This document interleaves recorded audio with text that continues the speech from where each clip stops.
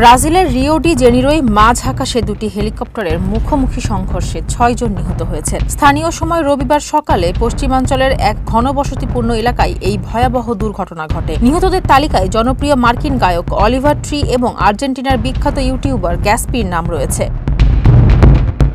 সংঘর্ষের পর একটি হেলিকপ্টার নিয়ন্ত্রণ হারিয়ে একটি বৈদ্যুতিক গাড়ির শোরুমের পার্কিং লটে আছড়ে পড়ে।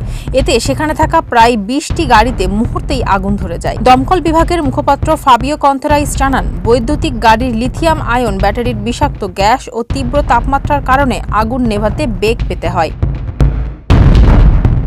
শোরুমের ভেতরে থাকা ৫ জন এবং অন্য হেলিকপ্টারের পাইলট ঘটনাস্থলেই প্রাণ হারান। প্রত্যক্ষদর্শীরা জানান, মাটিতে আছড়ে পড়ার আগেই একটি হেলিকপ্টারে আগুন ধরে যায়। ব্রাজিলে হেলিকপ্টার দুর্ঘটনা নতুন নয়। দেশটির বিমান দুর্ঘটনা তদন্ত ও প্রতিরোধ কেন্দ্রের তথ্য অনুযায়ী চলতি বছর ব্রাজিলে এ নিয়ে ৮৫টি বিমান দুর্ঘটনা ঘটল। ঘটনার কারণ অনুসন্ধানে তদন্ত শুরু করেছে বিমান চলাচল কর্তৃপক্ষ।